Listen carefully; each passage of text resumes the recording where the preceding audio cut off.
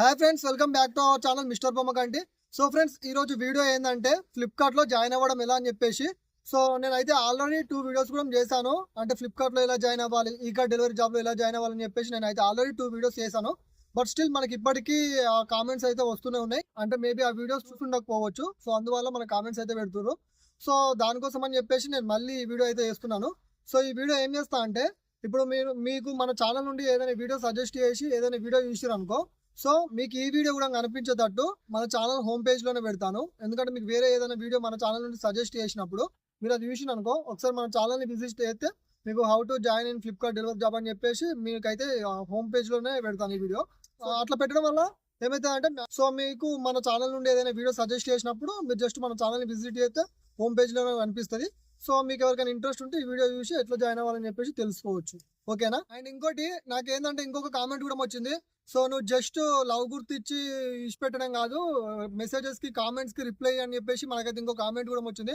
So brother, నేను ఒకటే చెప్తున్నా, నాకైతే మీరు పెట్టే కామెంట్స్కి రిప్లై ఇవ్వద్దు అని చెప్పేసి ఏమైతే లేదు.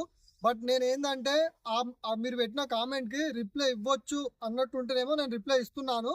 లేదనుకుంటే మీరు పెట్టిన కామెంట్ నేను ఆ రిప్లై చదివినా అని చెప్పేసి మీకు తెలియజేయడానికి మాత్రమే నేను ఆ హార్ట్ సింబల్ అయితే రియాక్ట్ అవుతున్నాను.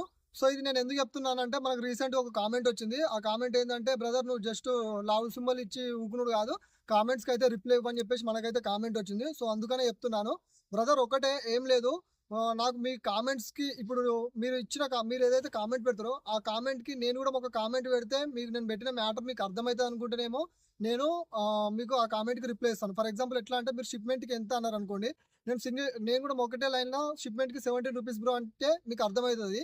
బట్ కొన్ని కామెంట్స్ ఏంటంటే, ఆ కామెంట్స్ గురించి మీరు ఏదైతే కామెంట్స్ పెడతారో దాని గురించి నేను మీకు ఎక్స్ప్లెయిన్ చేయాలంటే క్లియర్గా ఒక వీడియో చేస్తేనే మీకైతే క్లియర్గా అర్థమవుతుంది. సో అందుకని నేను మీరు పెట్టిన కామెంట్స్ కూడా చదవట్లేదు అని చెప్పేసి మీరు ఏం అనుకుంటారు అని చెప్పేసి నేను చదివినా అని చెప్పేసి మీకు తెలియడానికి మాత్రమే నేనైతే ఆ రియాక్ట్ అయ్యి ఆ లవ్ సింబల్స్ అయితే పంపిస్తున్నాను. సో ఇది బ్రదర్, అంతేగాని నాకైతే మీతోటి కామెంట్స్కి రిప్లై ఇవ్వద్దు అని చెప్పేసి అలాంటిది అయితే ఏం లేదు. బట్ ఇంకోటి ఏంటంటే, నేను అన్ని కామెంట్స్ కూడా రిప్లై ఇవ్వకపోతే ఏం చేయమని చెప్పిన అంటే, నాది ఇన్స్టాగ్రామ్ ఐడి ఉంటుంది కదా మిస్టర్ బొమ్మకంటి. సో అందులో మెసేజ్ చేయమని కూడా చెప్పాను, చాలా మందికి ఏమైనా డౌట్స్ ఉంటే. సో నేనైతే ఫాలో అవ్వమని చెప్పట్లేదు, జస్ట్ మీరు మెసేజ్ చేయండి, మీకు 100% రిప్లై అయితే ఇస్తాను. కావాలంటే మీకు ఏమైనా డౌట్స్ ఉండి నేను ఇన్స్టాగ్రామ్లో కూడా రిప్లై ఇవ్వనని చెప్పేసి మీరు ఏమైనా అనుకుంటారంటే, నేను ఇక్కడ పైన స్క్రీన్ రికార్డింగ్ చేస్తాను చూడండి. నేను ఇంతకుముందు కూడా ఒక 2-3 అయితే చాట్ చేశాను. సో ఏంటంటే అక్కడైతే ఏంటంటే, ఇప్పుడు కొంతమంది మన కామెంట్స్లలో నెంబర్ కూడా అడుగుతారు. సో కామెంట్స్లలో నెంబర్ ఇస్తే అది మొత్తం పబ్లిక్లో అయిపోతుంది.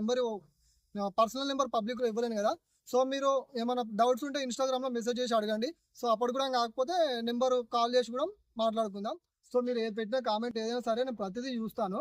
బట్ కాకపోతే ఏంటంటే, దానికి రిప్లై ఇవ్వచ్చేటట్టు ఉంటేనేమో రిప్లై ఇస్తాను, లేదనుకుంటే మాత్రం దాని గురించి మీకు అర్థమయ్యేటట్టు సపరేట్ ఒక వీడియో చేస్తాను. అంతే తప్ప నాకైతే రిప్లై ఇవ్వద్దని చెప్పేసి ఏమైతే లేదు. సో ఫ్రెండ్స్, ఇప్పుడైతే మనం ఫ్లిప్కార్ట్ డెలివరీలో ఎలా జాయిన్ అవ్వాలని చెప్పేసి అయితే చూద్దాం. సో ఫస్ట్ ఆఫ్ ఆల్ ఏంటంటే, మీకు మీ సరౌండింగ్స్లో ఫస్ట్ ఫ్లిప్కార్ట్ ఆఫీస్ ఎక్కడ ఉందో తెలుసుకోండి. ఇన్ కేస్ మీకు అది ఫ్లిప్కార్ట్ ఆఫీస్ కూడా తెలియకపోయింది అనుకో, సో అది కూడా ఎలా తెలుసుకోవాలో కూడా చెప్తాను. So first of all, in case మీకు ఫ్లిప్కార్ట్ ఆఫీస్ తెలుసు అని అనుకున్నారు అనుకోండి, జస్ట్ మీరు ఫ్లిప్కార్ట్ ఆఫీస్కి వెళ్ళండి. ఆఫీస్కి వెళ్ళిన తర్వాత ఫస్ట్ మీరు ఏ రూట్ జాయిన్ అయిదాం అనుకుంటారో ఆ రూట్ ఖాళీ ఉందా అని చెప్పేసి అడగండి. ఇన్ కేస్ ఆ రూట్ ఖాళీగా లేదనుకో, ఏ రూట్ ఖాళీ ఉంది అని చెప్పేసి అడగండి, చెప్తారు వాళ్ళు. ప్రజెంట్ ఇప్పుడు మీరు అడిగిన రూట్ ఖాళీగా లేకపోయింది అనుకో, ఈ రూట్ అయితే ఖాళీగా లేదు, బట్ ఈ రూట్ అయితే ఖాళీగా ఉంది, మీరు జాయిన్ అయితే అనుకుంటే జాయిన్ అవ్వచ్చు అని చెప్పేసి అడుగుతారు. సో అట్లా కూడా జాయిన్ అవ్వచ్చు, అంటే డైరెక్ట్ ఆఫీస్కి వెళ్ళి కూడా డైరెక్ట్ జాయిన్ అవ్వచ్చు. సో మీరు జాయిన్ అవ్వాలంటే కావాల్సిన డాక్యుమెంట్స్ వచ్చేసి Aadhaar card, pan card, bank account, ఒక ఆండ్రాయిడ్ ఫోన్ ఉంటే సరిపోతుంది. సో అంతకంటే ఎక్కువైతే ఏం అవసరం లేదు. సో ఇది ఏంది, మనకు ఫ్లిప్కార్ట్ ఆఫీస్ ఎక్కడ ఉందో ఐడియా ఉంటే మనం డైరెక్ట్ వెళ్ళి ఆఫీస్కి వెళ్ళి డాక్యుమెంట్స్ ఏమేమి కావాలని చెప్పేసి అడిగి, సో ఆ డాక్యుమెంట్స్ సబ్మిట్ చేసి ఏ రూట్ పోవాలనుకుంటున్నామో అది తెలుసుకొని మనం అయితే అందులో జాయిన్ అవ్వచ్చు. ఓకే. సో నెక్స్ట్ ఇంకోటి ఏంటంటే, ఇన్ కేస్ మీకు ఫ్లిప్కార్ట్ ఆఫీస్ ఎక్కడ ఉందో తెలియదు అంటే, ఇప్పుడు మీకు నియరెస్ట్ ఫ్లిప్కార్ట్ ఆఫీస్ కానీ వేరే డెలివరీస్ ఆఫీస్ ఉంటాయి కదా. సో అవి ఎక్కడున్నాయో మీకు తెలియదు అనుకో, ఏం లేదు, సింపుల్గా ఫస్ట్ మీ ఏరియాకి ఎవరో ఒక్కరు వస్తుంటారు కదా, అంటే డెలివరీ చేయడానికి డెలివరీ పర్సన్స్ వస్తుంటారు కదా. సో వాళ్ళు వచ్చినప్పుడు ఏం చేయండి అంటే, ఫస్ట్ వాళ్ళ దగ్గరికి వెళ్ళి ఎన్ని అవర్స్ డ్యూటీ అవుతుంది, ఎర్నింగ్స్ ఎంత అవుతాయని అడుగుతాయని చెప్పేసి అడగండి. మాక్సిమం చాలా మంది అయితే కరెక్ట్ చెప్పారు. సో ఏం లేదు, సింపుల్గా ఏం అడగండి అంటే, బ్రదర్ ఈ ఆఫీస్ ఎక్కడ ఉంది బ్రదర్, ఒకసారి హెచ్ఆర్ వాళ్ళ నెంబర్ కానీ ఆఫీస్ వాళ్ళ ఎవరైనా నెంబర్ ఇవ్వరా బ్రదర్, మేము కూడా జాయిన్ అవ్వాలనుకుంటున్నాం, సో మేము ఆఫీస్కి వచ్చి ఒకసారి మాట్లాడుకుంటామని చెప్పేసి అతన్ని అడగండి. మాక్సిమం ఎంత వీలైతే అంత అతన్ని తక్కువ మాట్లాడండి. ఎందుకంటే ఆయన డెలివరీస్ ఇస్తూ ఉంటాడు కాబట్టి డెలివరీకి టైం అవుతుందని చెప్పేసి మీతోటి కరెక్ట్ ఇంటరాక్ట్ కాడు, అంటే కరెక్ట్ మీతో మాట్లాడడానికి టైం అయితే ఎక్కువ కేటాయించడానికి ఇష్టపడాడు అనమాట.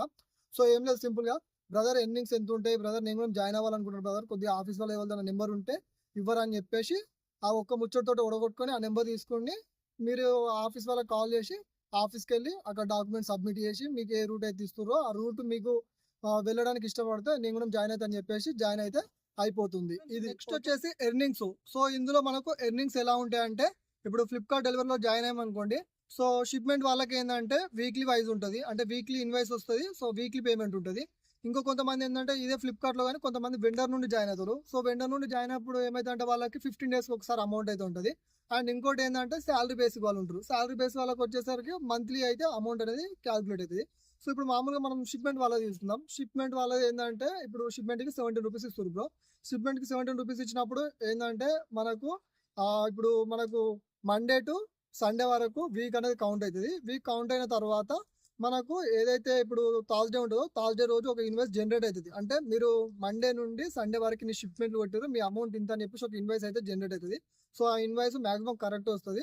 సో ఆ ఇన్వాయిస్ చూసుకొని మీకు ఓకే అనిపిస్తే కింద అప్రూవ్ ఇన్వాయిస్ అని ఉంటుంది. సో అప్రూవ్ ఇన్వాయిస్ కొడితే ఏమవుతుంది అంటే మనకు నెక్స్ట్ డే, అంటే అది నెక్స్ట్ నుండి వస్తుంది కాబట్టి 24 అవర్స్ లోపు అమౌంట్ అయితే మన అకౌంట్లో క్రెడిట్ అవుతుంది. అంటే ఈ సాలరీ ఎప్పుడు వస్తుంది, మనం థర్స్డే రోజు ఇన్వాయిస్ యాక్సెప్ట్ చేస్తే ఫ్రైడే ఈవినింగ్ నైట్ కల్లా అమౌంట్ అయితే మనకు క్రెడిట్ అవుతుంది. సో ఇది ఎవరికి, షిప్మెంట్ వాళ్ళకి.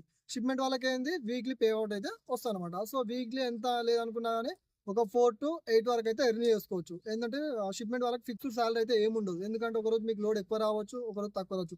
ఒకరోజు 50 కొడితే 850 పడుతుంది, ఒకరోజు 40 కొడితే 680 పడుతుంది. ఇట్లా సో మీకు ఎంత లోడ్ వచ్చిన దాన్ని బట్టి డిపెండ్ అయ్యి ఈజీగా ఎంత లేదనుకున్నా కానీ వీక్లీ అయితే ఒక 4 to 8 అవర్స్ అయితే ఎర్న్ చేసుకోవచ్చు. 4 to 8,000 అయితే ఎర్న్ చేసుకోవచ్చు. ఓకేనా. సో ఇక నెక్స్ట్ శాలరీ వాళ్ళ అంటే వాళ్ళ మంత్లీ కౌంట్ అవుతుంది. దాని గురించి అది ఎట్లా అంటే 25th to 21st నుండో 25th నుండో 25th ఇట్లా కౌంట్ అయ్యి వాళ్ళకి 7th అయితే శాలరీ వస్తుంది. డైరెక్ట్ శాలరీ అమౌంట్ పడిపోతుంది వాళ్ళకు.